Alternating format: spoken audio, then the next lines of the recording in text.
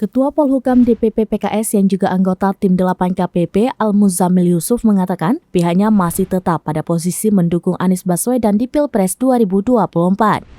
Pernyataan PKS tersebut menyusul kabar Anies telah menyetujui kerjasama politik Partai Nasdem dan PKB untuk mengusung pasangan Anies Baswedan dan Muhaimin Iskandar. Kemudian dikatakan Al-Muzammil bahwa sampai saat ini pihaknya masih merujuk kepada keputusan Musyawarah Majelis Syuro atau MMS 8. Bahwa pihak PKS secara resmi mendukung dan mengusung Anies Rashid Baswedan sebagai Cawapres 2024. Ia melanjutkan bahwa partai tetap berpegang kepada kesepakatan sebelumnya di dalam Piagam Koalisi Perubahan dan Persatuan atau KPP. Diberitakan sebelumnya, Sekretaris Jenderal Partai Demokrat anggota Tim 8 Teguh Rifki Harsya mengungkapkan bahwa partainya akan melakukan rapat majelis tinggi menyikapi pernyataan Anies Baswedan setuju Ketua Umum PKB menjadi pendampingnya di Pilpres 2024.